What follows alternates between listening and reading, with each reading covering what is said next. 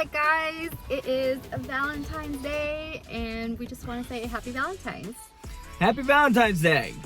So, You know, we could really double this one up. How do you get alone time as adults? we could. in an RV lifestyle, because that is always a challenge. But we'll save that for another day. We could. So, the question that we are going to discuss up here is, what was our why for going full time? And yeah, it'll be interesting to see our whys. You can go first. I will start first. My why, when my husband brought this whole thing up to me, I remember I was on the couch and I was like typing and I was working. Hey, we remember that the same. That's good. Yep. And I work remote, which again is going to be another topic we will talk about in the future.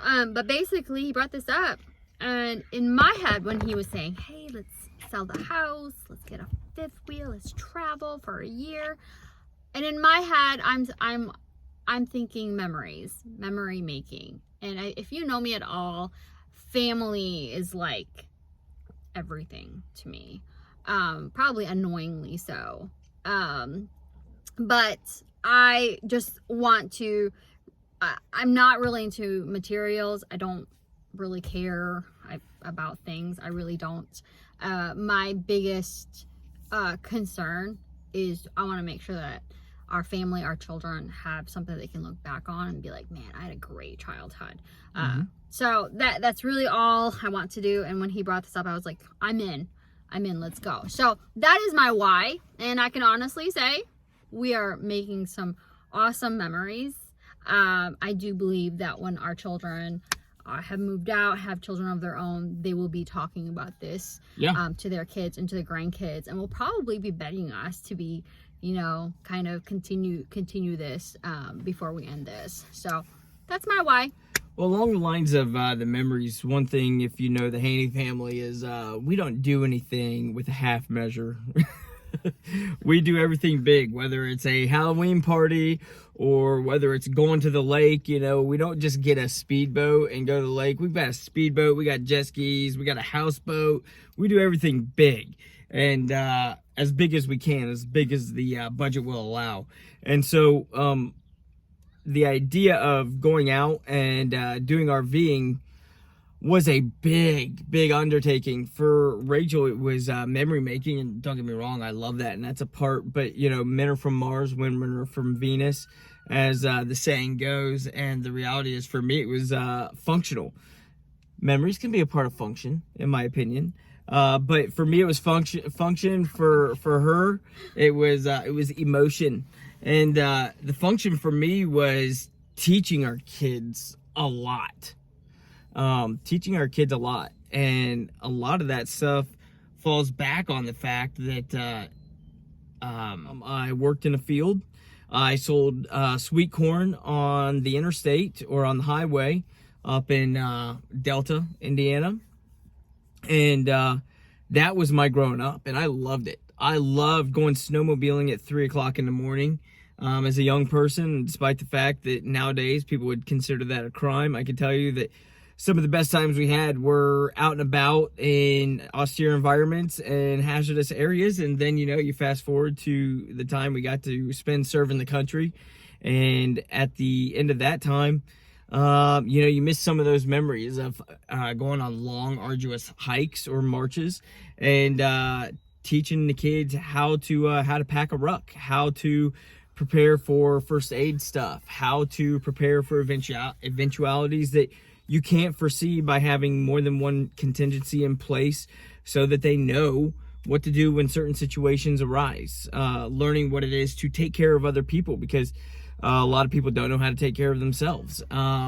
Teaching them about the different animals. You know, we're in Texas right now, and so one of the first questions we asked when we got to the location that we're at is, hey, what kind of animals, what kind of hazardous spiders, snakes, you know, animals do we need to look out for while the kids are out playing? And it just so happens that where we're at, the campground that we're in right now, has within the last week had 2 mountain lions prowling around. They have big signs out. It also has a burn ban. We also need to keep an eye out for copperheads and cottonmouths. And so, we pop that stuff up on the big screen so that we can teach the kids what they look like, why to look out for them, because this is what will happen if they get close to you or harm you, and what to do if you get bit by a snake or if you get harmed. How do you communicate effectively over the radio? So for me, it was about function. It was about the ability to take our kids out, show them lots of adventures, but in teaching them about those adventures and showing them how to experience adventures, how can you prepare for eventualities that may come to pass and that will eventually come to pass for everybody. So, Rachel, it was the emotion of creating memories, and for me, it was the function of educating our children and going out there and having the opportunity to be the one to teach them a lot of the lessons that I've learned throughout life. Sounds good. I think we can do both simultaneously, though. I think both take place simultaneously. Yeah. Every single day. Yep. Because in teaching them the skills to be out on a trail, we're also making memories. Yep. We're taking Exactly. pictures, we're doing videos, and we're creating memories that they can go back to and say, you know what, my dad told me that if I get bit by a snake, I need to take step A, B, and C to Funny ensure story, life. actually, Raylan came in a couple days ago and was like, I saw snake eggs.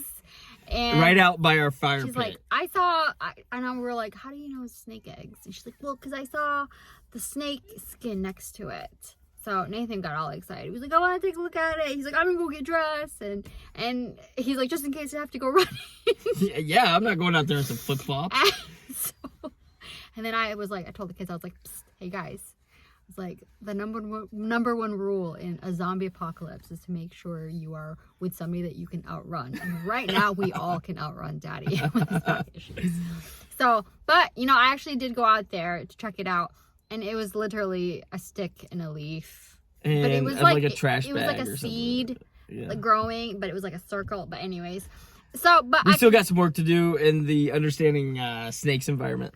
But what I can tell you is she's always going to remember that versus honestly like reading from a book what it is. She's going to remember, our discussion about snakes and stuff like that. It'll be a funny story we tell at her wedding. Yeah, we've someday. got lots of funny stories. Lots of funny stories. So, but anyways, forgot to tell you guys, if you have not yet subscribed, please do so.